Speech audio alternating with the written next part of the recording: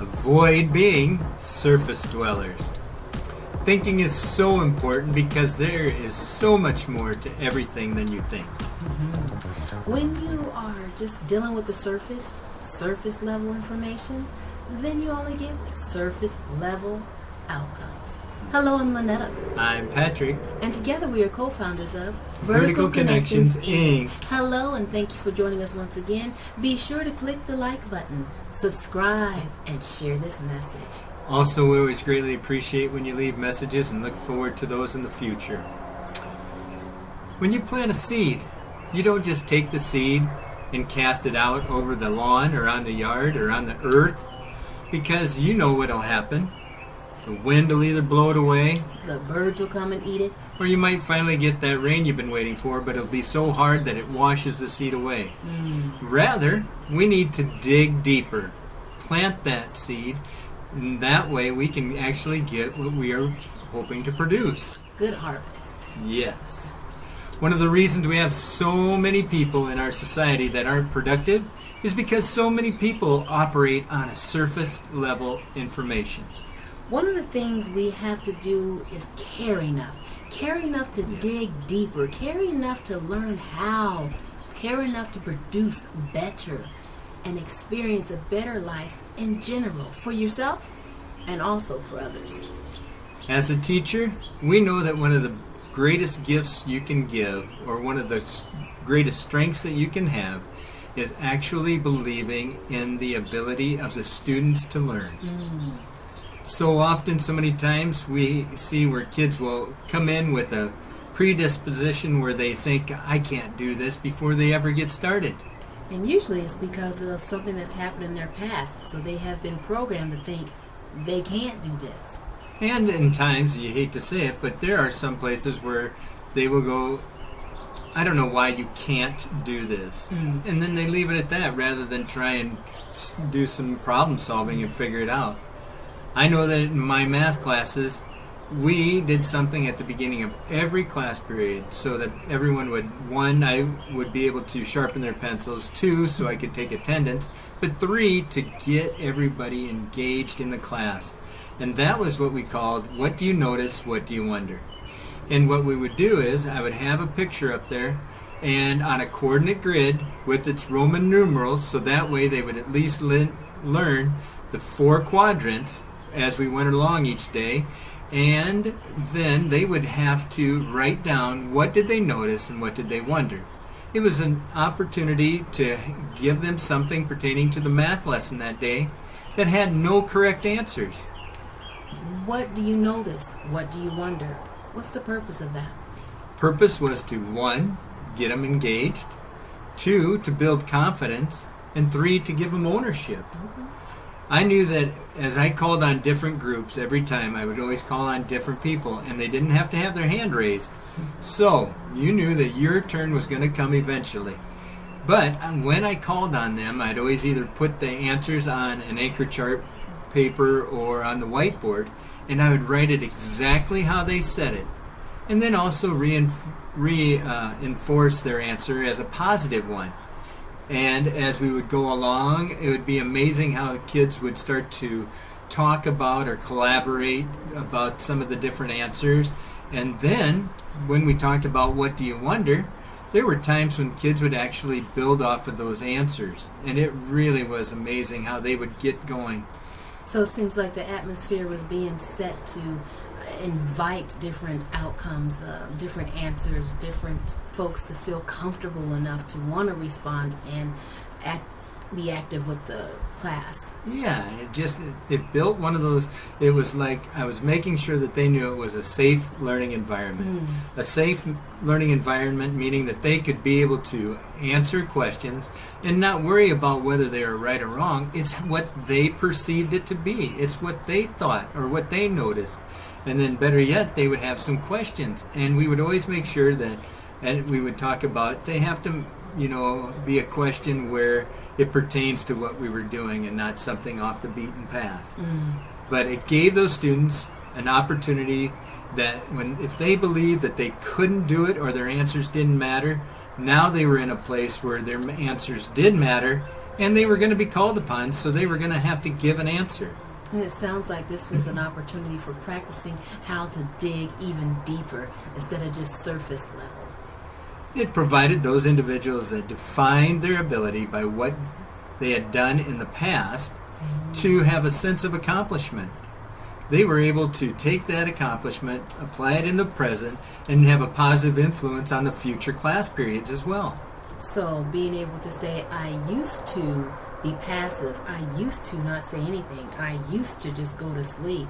Now it's so open and inviting that now I'm learning from my past that it's best for me to communicate and to throw out answers and to receive feedback so that I can know how to use that in other areas of my life as well.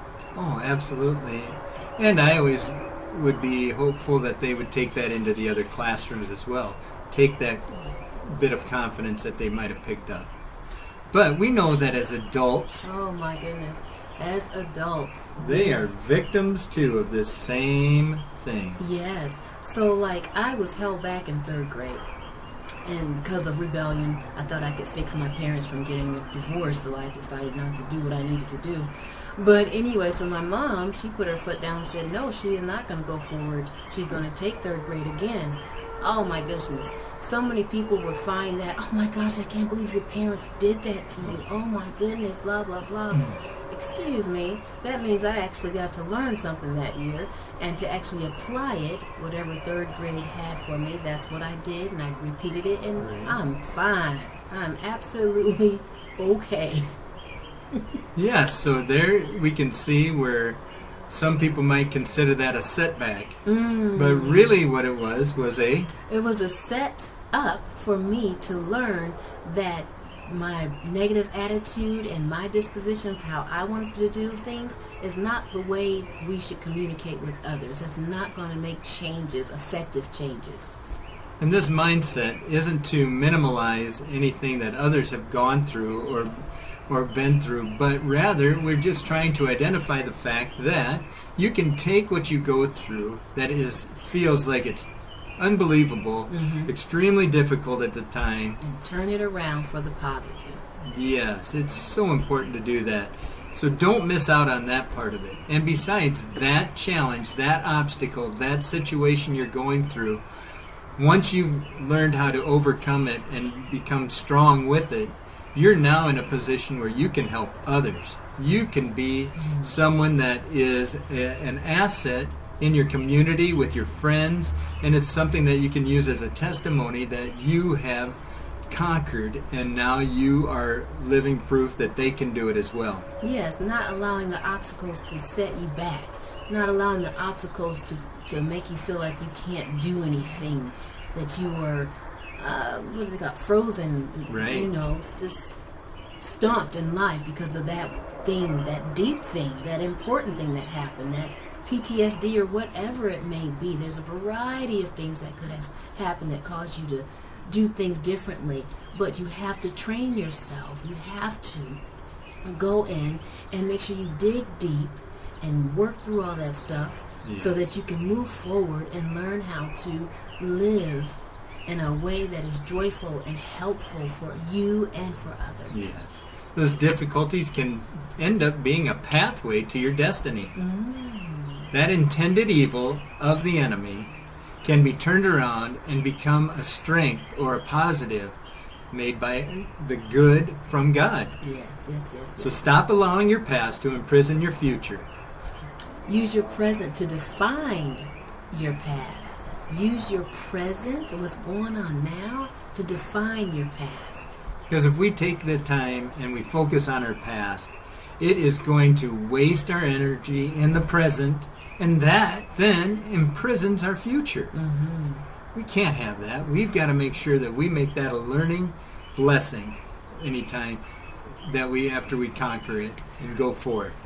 Thinking of gold diggers, when they go forth and they're digging in the dirt and the sand and in the water. Gold isn't found on the surface?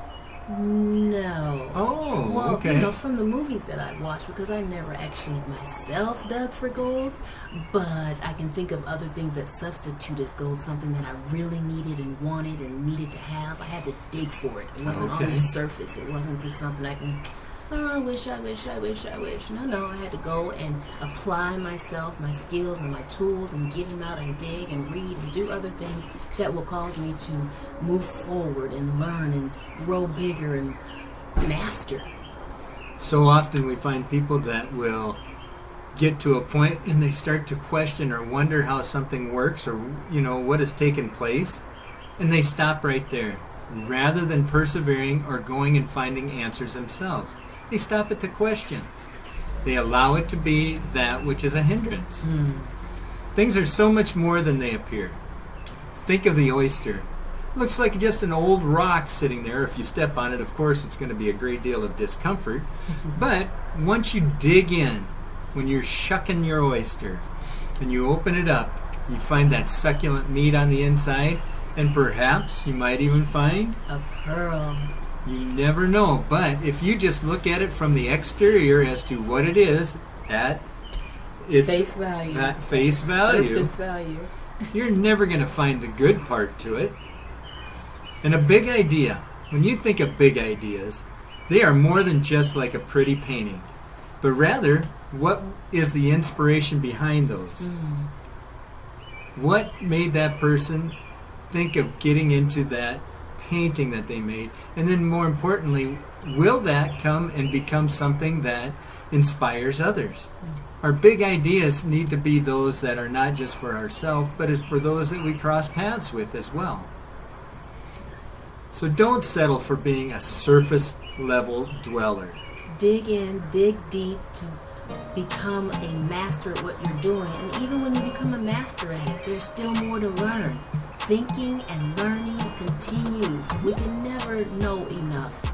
And when you dig deep, you just might find that gold. Until next time, Get connected to go Go Vertical. Bye-bye.